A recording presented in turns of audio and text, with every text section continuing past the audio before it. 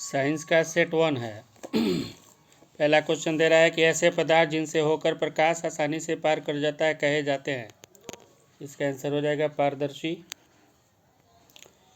दूसरा नंबर कह रहा है कि परावर्तन का कोण होता है। ए दिया आपतित किरण और दर्पण सतह के बीच का कोण, बी दिया आपतित किरण और दर्पण सतह पर खींचे गए अभिलंब के बीच का कोण, सी दिया है परावर्तित किरण और दर्पण की सतह के बीच का कोण, डी दिया है परावर्तित किरण और दर्पण की सतह पर खींचे गए अभिलंब का बीच का कोण। यही आंसर हो जाएगा डी। तीसरा नंबर कह रहा है कि निम्नलिखित में से किस दर्पण द्वारा किसी वस्तु का वास्तविक प्रतिबिंब मिल सकता है। ए दिया है समतल दर्पण, बी दिया है उत्तल दर्पण, सी दिया है उत्तल दर्पण, डी दिया है इनमें से सभी के द्वारा। तो आपका आंसर बी हो जाएगा, अवतल दर्पण, जो वास्तविक और आभासी दोनों प्रतिबिंब बनाता है। समतल दर्पण और उत्तल दर्पण केवल आभासी प्रतिबिंब बनाता है। समतल दर्पण जो है जितना बड़ा वस्तु होता है उतना ही बड़ा, यानी जितनी बड़ी इमेज होती है उतनी बड़ी ऑब्जेक्ट होता है, जितना बड़ा उतना बड़ा इमेज बनाता है। उत्तल दर्पण जो है हमेशा वस्तु से छोटा, यानी ऑब्जेक्ट से हमेशा छोटा इमेज बनाता है।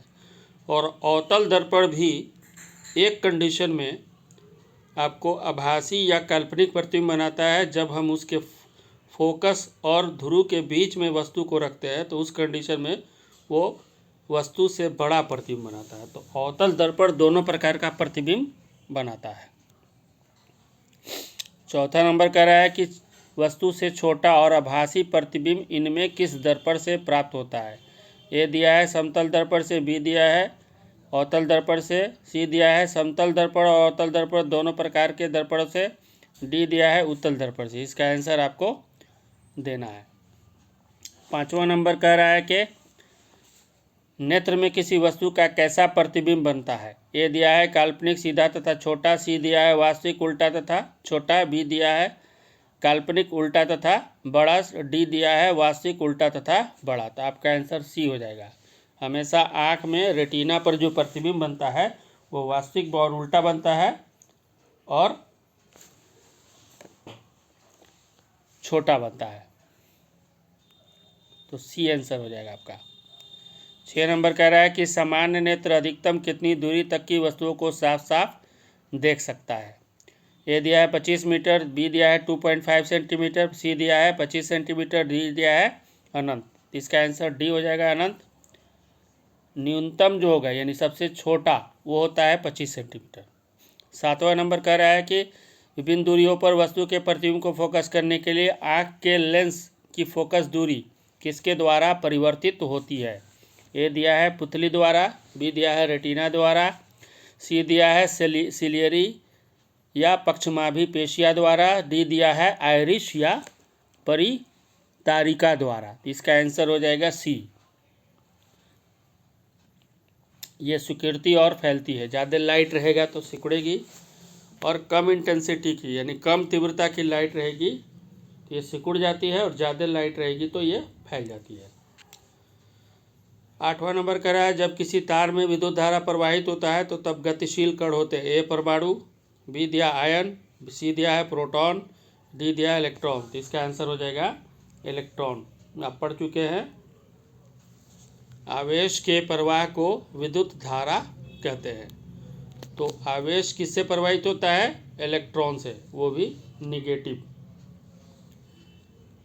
9 नंबर कह रहा है प्रतिरोध का एसआई मात्रक है। ए दिया एम्पियर, बी दिया ओम, सी दिया अर्ग, डी दिया है वोल्ट। इसका आंसर आप दीजिए। 10 नंबर कह रहा है किसी सीधे चालक में धारा की दिशा किस नियम से ज्ञात की जा सकती है और उसके संबंध चुंबकीय क्षेत्र की दिशा क्या होती है। ए दिया है फ्लेमिंग के वाम हस्त नियम से, बी दिया है फ्लेमिंग के दाएं हाथ के नियम से, सी दिया है मैक्सवेल के दाएं हाथ के नियम से, डी दिया है मैक्सवेल के वाम हस्त के नियम से। तो इसका आंसर आपका हो जाएगा बी, फ्लेमिंग के दाएं हाथ के नियम से।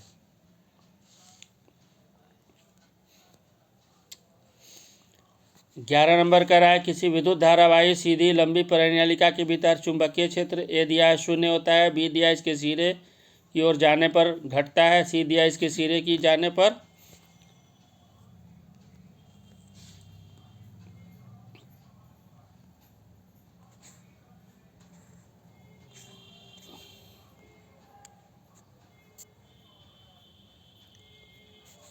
बढ़ता है, डी दिया है सभी बिंदु पर समान होता है, तो इसका आंसर डी हो जाएगा। परिनालिका के अंदर जो चुंबकीय क्षेत्र होता है वो हर जगह इक्वल होता है।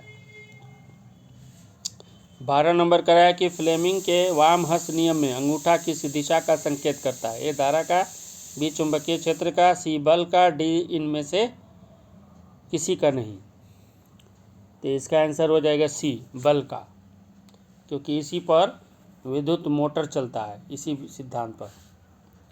13 नंबर कह रहा है कि किसी प्रोटॉन का निम्नलिखित में से कौन सा गुण किसी चुंबकीय क्षेत्र में मुक्त गति करते समय परिवर्तित हो जाता है? ए दिया है द्रव्यमान, बी दिया है वेग, सी दिया है संवेग, डी दिया है इनमें से कोई नहीं।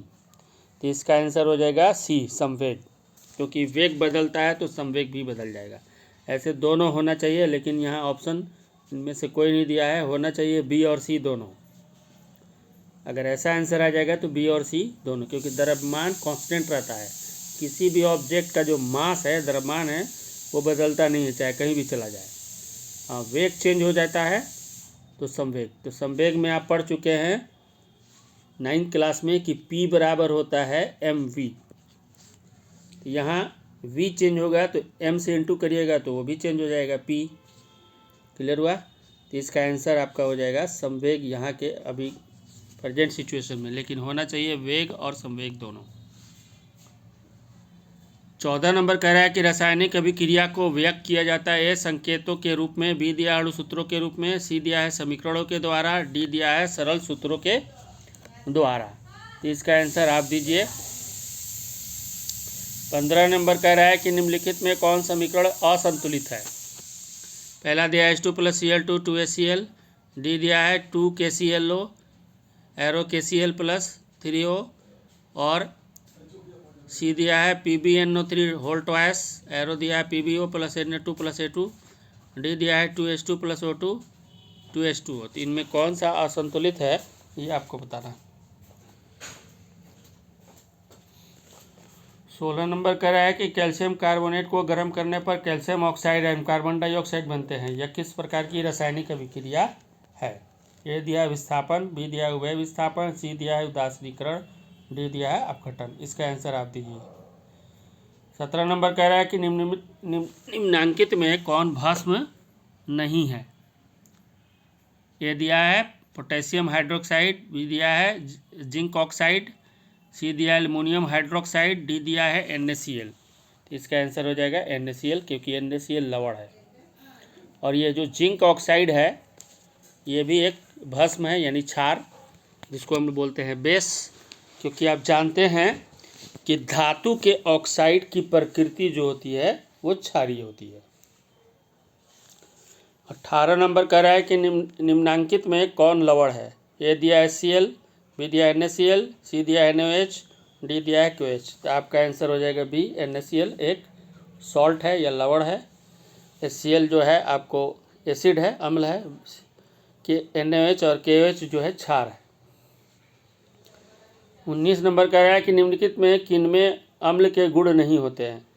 ए दिया है जो लाल लिटमस पत्र को नीला करते हैं, बी दिया है जिनका स्वाद खट्टा होता है, डी दिया है सी दिया है जो धातु से अभिक्रिया करते हैं, और डी दिया है जो क्षार से अभिक्रिया करते हैं। ठीक है, तो आप जान रहे हैं कि अम्ल जो होता है वो नीले लिटमस पत्र को लाल करता है, जबकि क्षार जो है लाल को नीला करता है। तो इसका आंसर आपका हो जाएगा ए।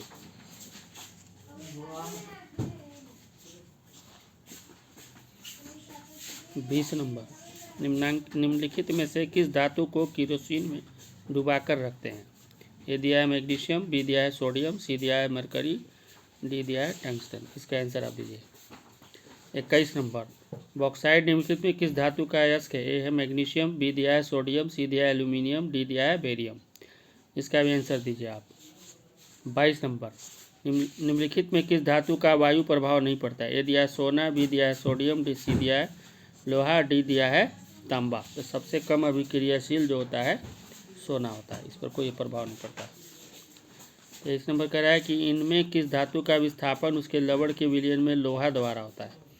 ए दिया है कैल्शियम, बी दिया है सोडियम, सी दिया है तांबा और डी दिया है पोटेशियम। तो आपका आंसर हो जाएगा तांबा, क्योंकि लोहा जो होता है तांबा से ज़्यादा अभिक्रियाशील होता है।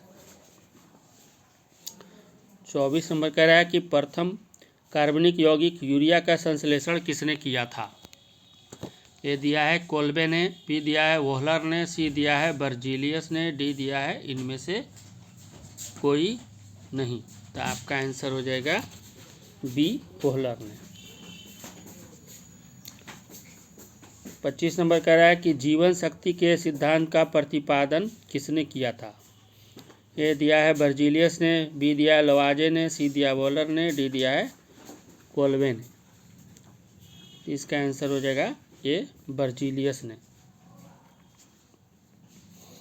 26 नंबर कह रहा है कार्बनिक यौगिकों में तत्वों के संयोग का आधार होता है प्रायः विद्युत संयोजकता। बी दिया है सह संयोजकता, सी दिया है उप सह संयोजकता, डी दिया है कोई नहीं। तो आपका आंसर हो जाएगा सह संयोजी। 27 नंबर कहते हैं वे पौधे जिनका पोषण सड़ी गली चीज़ों पर आश्रित रहता है उन्हें क्या कहा जाता है। ए दिया है परजीवी, बी दिया है मृतजीवी, सी दिया है स्वपोषी, डी दिया है परपोषी। इसका आंसर हो जाएगा मृतजीवी। 28 नंबर कह रहा है कि स्वपोषी भोजन के लिए आवश्यक है ए क्लोरोफिल, बी दिया है सूर्य का प्रकाश, सी दिया है H2M CO2, डी दिया है इनमें से सभी। तो आपका आंसर डी हो जाएगा इनमें से सभी। 29 नंबर कह रहा है कि पौधों द्वारा CO लेने और छोड़ने की क्रिया। ए दिया है वाष्पोत्सर्जन, बी दिया है श्वसन, सी दिया है परासरण, डी दिया है प्रकाश संश्लेषण। इसका आंसर हो जाएगा CO2 है, यहाँ पर CO नहीं होना चाहिए, ये CO2 होना चाहिए। ठीक है, तो इसका आंसर हो जाएगा प्रकाश संश्लेषण।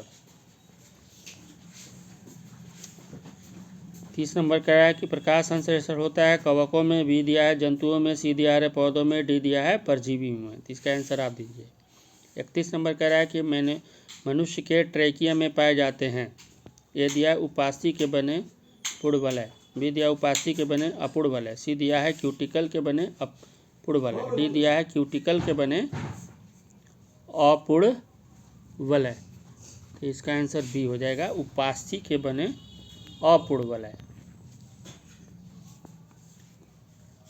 32 नंबर कह रहा है कि श्वसन की क्रिया में खाद्य पदार्थ का क्या होता है। ए दिया संश्लेषण, बी दिया है दहन, सी दिया है विघटन, डी दिया है परिवर्तन। तो इसका आंसर आपका सी हो जाएगा विघटन।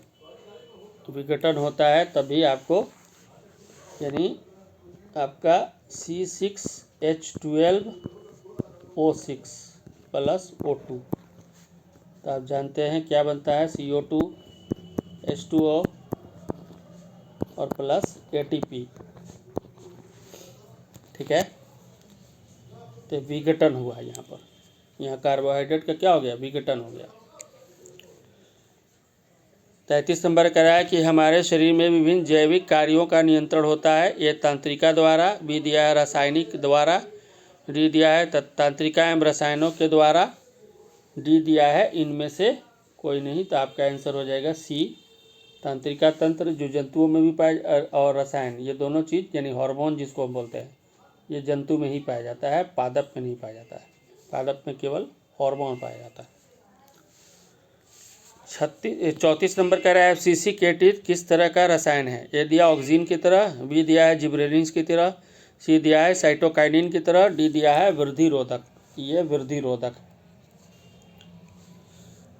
35 नंबर कह रहा है कि मेंडल ने मटर के कुल के पौधे के कुल कितने जोड़े विकल्पी लक्षण शो का अध्ययन किया। ठीक है, तो इसका आंसर हो जाएगा 7। 36 नंबर कह रहा है किसी पारिस्थितिक तंत्र में ऊर्जा को ग्रहण करने वाले होते हैं। ए दिया उत्पादक, बी दिया है उपभोक्ता, सी दिया अपघटनकर्ता, डी दिया है सूक्ष्मजीव। यहाँ पर आपका आंसर हो जाएगा ए उत्पादक। सबसे पहले यानी प्रथम पोषी स्तर वही होता है जो सूर्य की ऊर्जा को ग्रहण करता है। 37 नंबर कह रहा है इनमें किसके द्वारा अमीबा भोजन अंतर्ग्रहण करता है। ए दिया है कूटपाद, बी दिया है परिवहन, सी दिया है भोजन रसधानी और डी दिया है केंद्रक। तो आपका आंसर हो जाएगा ए, कूटपाद से अंदर ले जाता है। अंतर्ग्रहण का मतलब अंदर ले जाना। 38 नंबर कह रहा है कि पौधे में किस क्रिया के द्वारा हमारी वातावरण में ऑक्सीजन कोशिकाओं तक पहुंचता है। ए दिया है विसरण, बी दिया है किण्वन, सी दिया है प्रकाश संश्लेषण, डी दिया है ए तथा बी। यानी यहाँ 4 ऑप्शन हैं आपको, ठीक है। तो आपका आंसर हो जाएगा पौधे में जो होता है वो विसरण होता है, हम लोग में परिवहन होता है। 39 नंबर कह रहा है हार्मोन स्रावित होता है। ए दिया अंतःस्रावी ग्रंथि से, बी दिया है बहिःस्रावी ग्रंथि से, सी दिया है नलिका ग्रंथि से, डी दिया है इनमें से कोई नहीं। तो आपका आंसर हो जाएगा अंतःस्रावी ग्रंथि से हार्मोन स्रावित होता है, एंडोक्राइन ग्लैंड्स। 40 नंबर कह रहा है कि CFC का पूरा नाम बताइए। ए दिया है क्लोरोफ्लोरीन कार्बन, बी दिया है क्लोरोफ्लोरोक्लोराइड, सी दिया है क्लोरोफ्लोरोकार्बन, डी दिया है इनमें से कोई नहीं। तो आपका आंसर क्या हो जाएगा सी, क्लोरोफ्लोरोकार्बन है ये। इसका काम क्या है, यह ओजोन लेयर का डिप्लीशन करता है, यानी उसको होल कर देता है। ये हो गया आपका सेट नंबर 1। अब आते हैं सेट नंबर 2 में। पहला क्वेश्चन कर रहा है निम्नलिखित में किसके द्वारा एक विद्युत स्रोत से समांतर किरण पुंज मिल सकता है। ये दिया अवतल दर्पण, बी दिया उत्तल दर्पण, सी दिया ए एवं बी दोनों से एक अवतल दर्पण में, डी दिया है इनमें से कोई नहीं। तो बिंदु स्रोत से समांतर किरण पुंज जाकर जब मिलता है बिंदु स्रोत पर तो वो क्या होता है, अवतल दर्पण होता है। उसी को हम अभिसारी दर्पण भी कहते हैं। दूसरा नंबर कह रहा है कि अवतल दर्पण में वस्तु की स्थिति फोकस और ध्रुव के बीच हो तो प्रतिबिंब ए वास्तविक और बड़ा, बी वास्तविक और छोटा, सी आभासी और बड़ा, डी आभासी और छोटा। तो इसका आंसर सी हो जाएगा, आभासी और बड़ा। 3 नंबर कह रहा है नेत्र लेंस की फोकस दूरी कम हो जाने से कौन सा दृष्टि दोष होता है। यानी हमारी नेत्र लेंस की फोकस दूरी जब घट जाती है तो ए दिया है निकट दृष्टि दोष, बी दिया है दूर दृष्टि दोष, सी दिया है जरा दृष्टि दोष और डी दिया है इनमें से कोई नहीं। तो फोकस दूरी इसमें क्या होता है, निकट दृष्टि में घट जाता है, आगे बनता है प्रतिबिंब रेटिना से पहले, और नेत्र गोलक जो है वो बड़ा हो जाता है। चौथा नंबर कह रहा है कि किस दृष्टि दोष में किसी वस्तु का प्रतिबिंब रेटिना के पीछे बनता है। ए दिया है निकट दृष्टि दोष, बी दिया है दूर दृष्टि दोष, सी दिया है जरा दृष्टि दोष, डी दिया है इनमें से कोई नहीं। तो आपका हो जाएगा दूर दृष्टि दोष। इसमें फोकस दूरी बढ़ जाती है और नेत्र गोलक छोटा हो जाता है। 5वां नंबर कह रहा है कि दूर दृष्टि दोष वाली आंख साफ साफ देख सकती है। ए दिया है दूर की वस्तुओं को, बी दिया है निकट की वस्तुओं को, सी दिया है केवल बड़ी वस्तुओं को, डी दिया है केवल छोटी वस्तुओं को। इसका आंसर हो जाएगा दूर दृष्टि दोष की बात कर रहा है, यानी दीर्घ दृष्टि दोष। तो दीर्घ दृष्टि दोष में हम लोग क्या करते हैं, दीर्घ दृष्टि दोष में हम लोग उत्तल लेंस का प्रयोग करते हैं, यानी पढ़ने वाला। तो निकट की वस्तु इसमें साफ साफ हम लोग को दिखनी चाहिए।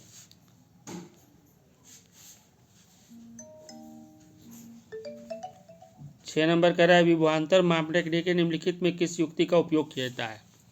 ये दिया है मीटर, बी दिया है गैल्वेनोमीटर, सी दिया है वोल्ट मीटर, डी दिया है ओम मीटर।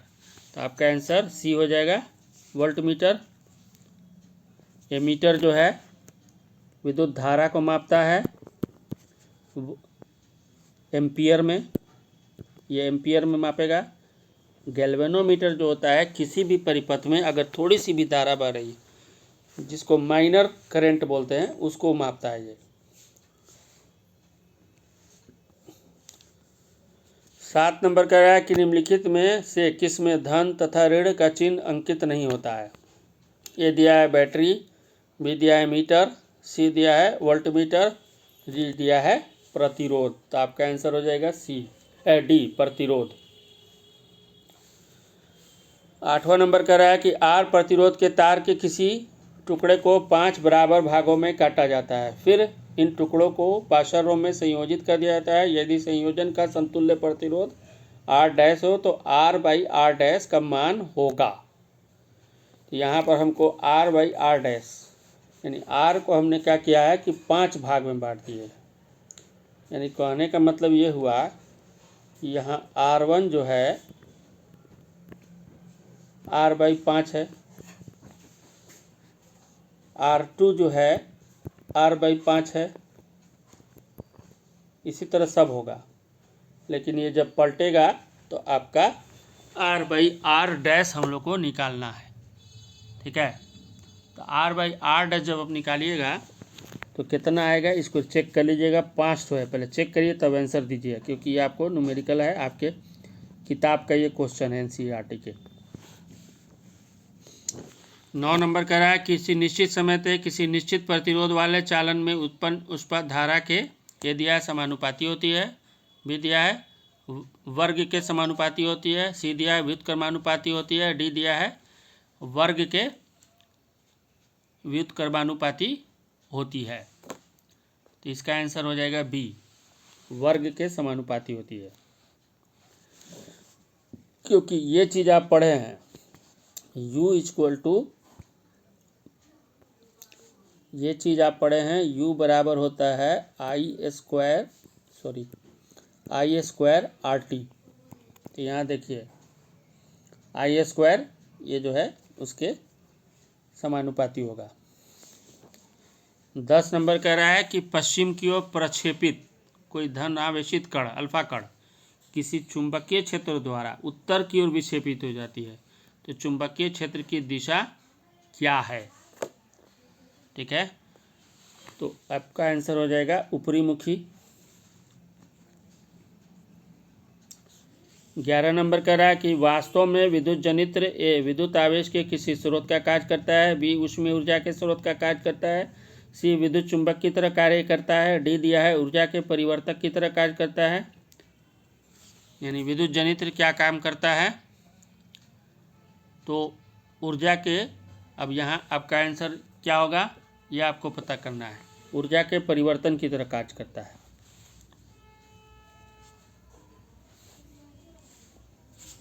बारह नंबर कह रहा है कि विद्युत धारा उत्पन्न करने की युक्ति को कहते हैं, ए जनित्र, बी दिया है गैल्वेनोमीटर, सी दिया है मीटर, डी दिया है मीटर। इसका आंसर आप जान रहे हैं, बताइए। 13 नंबर कह रहा है विद्युत चुंबकीय प्रेरण की घटना, ए दिया है किसी वस्तु को आवेशित करने की प्रक्रिया है, बी दिया है किसी कुंडली में विद्युत धारा प्रवाहित करने के कारण चुंबकीय प्रेरण उत्पन्न करने की प्रक्रिया है, सी दिया है कुंडली तथा चुंबक के बीच आपेक्षिक गति के कारण कुंडली में प्रेरित विद्युत धारा उत्पन्न करना है, डी दिया है कि किसी विद्युत मीटर की कुंडली को घूर्णन कराने की प्रक्रिया है। तो आपका आंसर हो जाएगा सी, दोनों के बीच हम आपेक्षिक गति उत्पन्न करते हैं जिससे विद्युत वाहक बल इलेक्ट्रोमोटिव फोर्स प्रोड्यूस होता है और वही जो है इंड्यूस्ड करंट में कन्वर्ट हो जाता है। जब उसको हम किसी सर्किट से जोड़ते हैं तो वही एसी करंट बन जाता है। 14 नंबर कह रहा है क्लोरोफिल और सूर्य प्रकाश की उपस्थिति में पौधे वायु से कार्बन डाइऑक्साइड पृथ्वी से ग्रहण करके अपना भोजन तैयार करते हैं, यह किस प्रकार की अभिक्रिया? ए दिया है संयोजन, बी दिया है प्रकाश रासायनिक, सी दिया है विस्थापन, डी दिया है अवक्षेपण। तो इसका आंसर सी हो जाएगा। अब यहाँ पर आपको ये बताना है, हम आंसर अभी नहीं बता रहे हैं, आपको बताना है कि क्या होगा। 15 नंबर का रहा है कि सिल्वर नाइट्रेट के विलयन में AgNO3 जलीय विलयन में सोडियम क्लोराइड का जलीय विलयन डालने पर अविलय सिल्वर क्लोराइड विलयन से पृथक हो जाता है। इस अभिक्रिया को क्या कहते हैं? उदासीनीकरण, बी दिया है अपघटन, सी दिया अवक्षेपण, डी दिया है ऊष्माक्षेपी। तो आपका हो जाएगा यहाँ पर सिल्वर क्लोराइड का अवक्षेप बनता है, तो यहाँ पर आंसर आपका हो जाएगा अवक्षेपण। अब यहाँ देखिए silver nitrate AgNO3 aqueous solution है, सोडियम क्लोराइड NaCl। अब ये अभी रिएक्शन किया, अभिक्रिया किया, सॉरी Ag है, यहाँ छूट गया, फिर से हम लिख रहे हैं आपको। AgNO3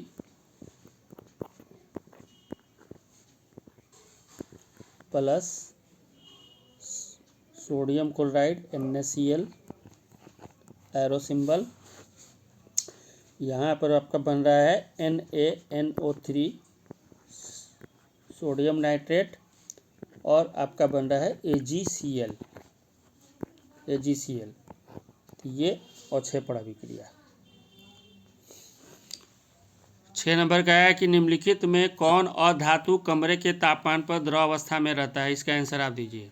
17 नंबर कह रहा है कि कार्बन डाइऑक्साइड जल से अभिक्रिया करके बनाता है। ए दिया है सल्फ्यूरस अम्ल, बी दिया है कार्बोनिक अम्ल, सी दिया है सल्फ्यूरिक अम्ल, डी दिया है कार्बोनिक अम्ल। यानी आपको कौन रिएक्शन कर रहा है? CO2 किससे? वाटर से, H2O। ये गैस है, ये लिक्विड है, यानी ये जो है गैस है आपका, ये है लिक्विड। अब आपका बनता है H2CO3, ये आपका एक्वस सॉल्यूशन बन गया आपका। तो ये होता है कार्बोनिक अम्ल, यानी आंसर आपका कार्बोनिक अम्लों का। यही प्रोसेस जो होता है कोल्ड ड्रिंक बनाने में यूज होता है। इसको कार्बोनेटेड वाटर भी कहते हैं। 18 नंबर कह रहा है कि एसेटिक अम्ल दुर्बल अम्ल है क्योंकि इसका जलीय विलयन अम्लीय है। बी, यह पूर्णतः आयनित होता है, यह आंशिक रूप से आयनित होता है, इसमें सिंगल बॉन्ड COOH समूह होता है। तो आपका आंसर डी हो जाएगा। ठीक है,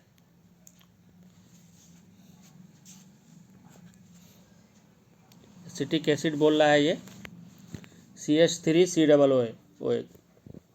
आपका आंसर क्या होगा?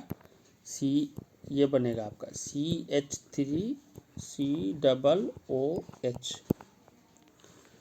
ठीक है, एक्चुअल में तो इसका यूपेक नेम एथेनोइक एसिड होगा, एथेनोइक अम्ल, और इसी को हम एसेटिकल या विनेगर या सिरका बोलते हैं, जो वाइट कलर का बिकता है। तो 2 तरह का होता है, एक नेचुरल होता है जिसे शुगर केन से निकाला जाता है, जामुन से निकाला जाता है, एप्पल से भी निकाला जाता है, और एक जो होता है लेबोरेटरी में बन जाता है, जो देखते होंगे वाइट कलर का पानी की तरह होता है, तो वही एसिटिक एसिड है। 19 नंबर कह रहा है कि निम्नांकित में कौन प्रबल भस्म है? ए दिया है NH4OH, बी दिया है NaOH, सी दिया है मैग्नीशियम हाइड्रोक्साइड, डी दिया है कॉपर हाइड्रोक्साइड। तो आपका आंसर यहाँ पर हो जाएगा बी, ये प्रबल है, क्योंकि जब ये वाटर में डिसॉल्व होगा तो यह पूरी तरह से हाइड्रोक्साइड आयन प्रोड्यूस करता है, जबकि ये सब जो हैं ये पार्शियली करते हैं, पूरी तरह से नहीं करते हैं। जो पार्शियली करता है यानी आंशिक रूप से जो करता है उसको हम दुर्बल अम्ल कहते हैं, और जो पूरी तरह से करता है उसको हम प्रबल यानी स्ट्रॉन्ग बेस बोलते हैं। कह रहा है निम्नलिखित में से कौन सी धातु साधारण ताप पर द्रव में पाई जाती है? ए दिया लिथियम, बी दिया है लेड, सी दिया है मरकरी या पारा, डी दिया है सिल्वर। इसका आंसर आप दीजिए। 21 नंबर कह रहा है कि निम्नलिखित में कौन विद्युत का सुचालक है? ए दिया है सल्फर, बी दिया है प्लास्टिक, सी दिया है आयोडीन, डी दिया है ग्रेफाइट। इसका भी आंसर आप दीजिए। 22 नंबर कह रहा है क्रियाशीलता श्रेणी में हाइड्रोजन के नीचे वाली धातुएं। ए दिया है अम्लों से अभिक्रिया कर हाइड्रोजन आयन देती हैं, बी दिया अम्लों से अभिक्रिया कर हाइड्रोजन गैस बनाती हैं, सी दिया है जल के साथ साधारण ताप पर ही अभिक्रिया करती है, और डी दिया है इनमें से कोई नहीं। तो आपका आंसर हो जाएगा इनमें से कोई नहीं, क्योंकि हाइड्रोजन से जो नीचे होती हैं रिएक्टिविटी श्रेणी में वो बहुत कम अभिक्रियाशील होती हैं, वो अभिक्रिया करती नहीं है। इसलिए जैसे सिल्वर हो गया, गोल्ड हो गया, प्लेटिनम हो गया, है ना, ये सब जो हैं ये अभिक्रिया करेंगी ही नहीं। तो इसका आंसर हो जाएगा डी। 23 नंबर कह रहा है कि निम्नलिखित में किस विधि द्वारा लोहे के कड़ाई को जंग लगने से बचाया जा सकता है? ए दिया है गिरीज का लेपन करके, बी रंगाई करके, सी दिया है जस्ता की परत चढ़ाकर, डी दिया है इनमें से सभी के द्वारा। तो आंसर आपका डी हो जाएगा, इनमें सभी के द्वारा। 24 नंबर कह रहा है एल्डिहाइड श्रेणी के यौगिक में निम्नांकित में कौन क्रियाशील समूह विद्यमान होता है? ए दिया है सिंगल बॉन्ड OH, बी दिया है COOH, सी दिया है CHO, डी दिया है NH। तो आपका आंसर हो जाएगा CHO। एल्डिहाइड जो होता है CHO होता है। ये OH अल्कोहल का है, ये अल्कोहल है, ये जो है आपका कार्बोक्सिलिक एसिड है, और ये एमीन वाला होता है, लेकिन ये पूरा नहीं लिखा है, NH सिर्फ लिखा है। अगला 25 नंबर पूछ रहा है कि अणुसूत्र C5H12 के कितने श्रृंखला समावयी होंगे, है ना। तो ये क्या चीज़ का है, आप जान रहे हैं कि ये पेंटेन है। तो पेंटेन के कितने आइसोमर या समावयी बनते हैं ये आपको मालूम होगा, ठीक है। तो इसके बनते हैं 3, नॉर्मल पेंटेन, आइसो और नियो।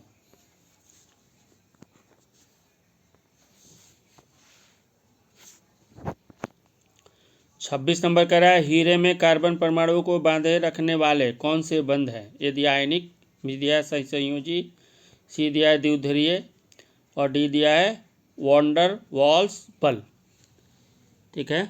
तो इसका आंसर बी हो जाएगा सहसंयोजी,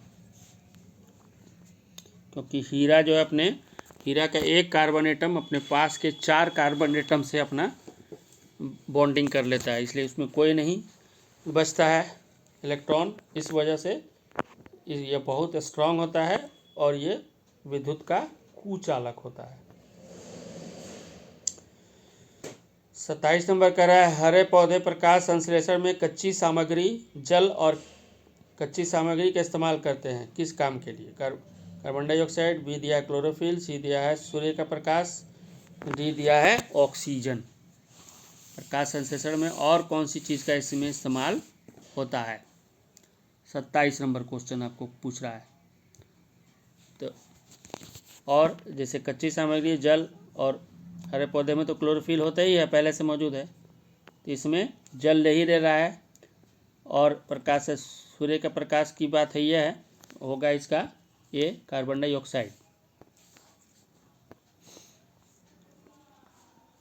28 नंबर क्वेश्चन आपका है, ये 11 नंबर लिखा गया है, रियल में 28 नंबर क्वेश्चन है आपका। कार्बन स्वांगीकरण या प्रकाश संश्लेषण में ऊर्जा का स्रोत है। ए जल, बी है क्लोरोफिल, सी है सूर्य का प्रकाश, डी दिया है CO2।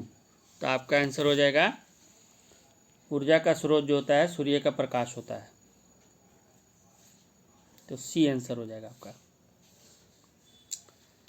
29 नंबर कह रहा है कि मनुष्य का हृदय प्रति मिनट कितनी बार धड़कता है। ए दिया 120 बार, बी दिया है 72 बार, सी दिया है 200 बार, डी दिया है 500 बार। इसका आंसर हो जाएगा बी 72 बार।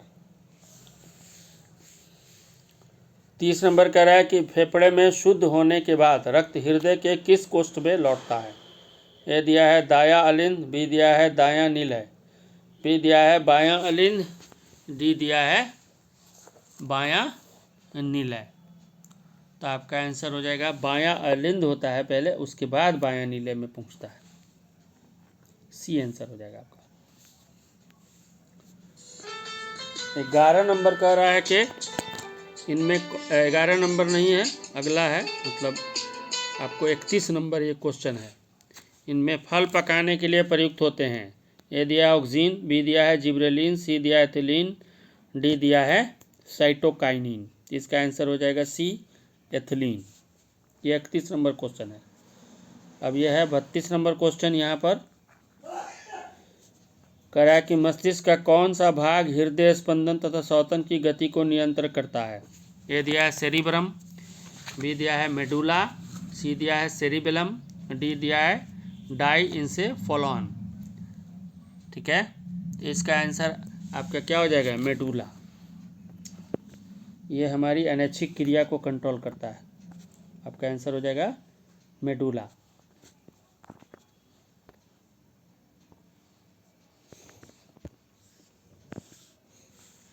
तैंतीस नंबर का है किसी जीव की जीनीय संरचना कहलाती है। ए लक्षण प्रारूप, बी है जीनी प्रारूप या जीनोटाइप, सी दिया आनुवंशिकी, डी दिया विभिन्नता। इसका आंसर आप दीजिए।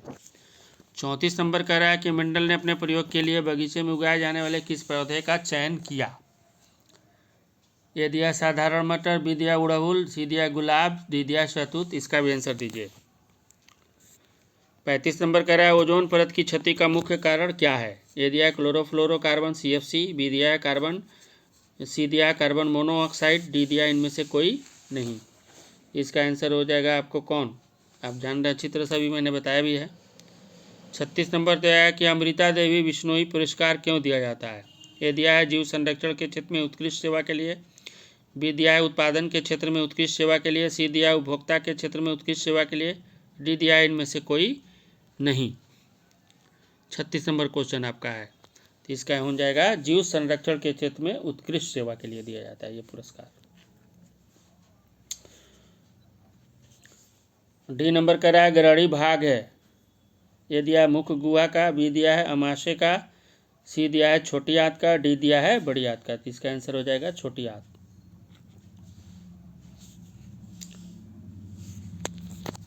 38 नंबर कह रहा है कि वृक्क किस जैव प्रक्रम का हिस्सा है। ए उत्सर्जन, बी श्वसन, सी पोषण, डी परिवहन। इसका आंसर आप दीजिए। 39 नंबर कह रहा है मस्तिष्क में विभिन्न सूचनाएं किस रूप में संचित होती हैं। ए चेतना, बी उद्दीपन, सी आवेग, डी संवेदना। तो इसका आंसर क्या हो जाएगा, उद्दीपन, उद्दीपित करता है ये हमें। 40 नंबर कह रहा है कि चिपको आंदोलन का मुख्य उद्देश्य था। ये दिया है मिट्टी के अपरदन को रोकना, बी दिया है वन कटाई को रोकना, सी दिया है जल प्रदूषण को रोकना, डी दिया है बिजली उत्पादन करना। यहाँ पर चिपको आंदोलन जो था वन कटाई को रोकने के लिए किया गया था। ये हो गया आपका 2 सेट का और टाइम मिलता है तो मैं भेजता हूँ।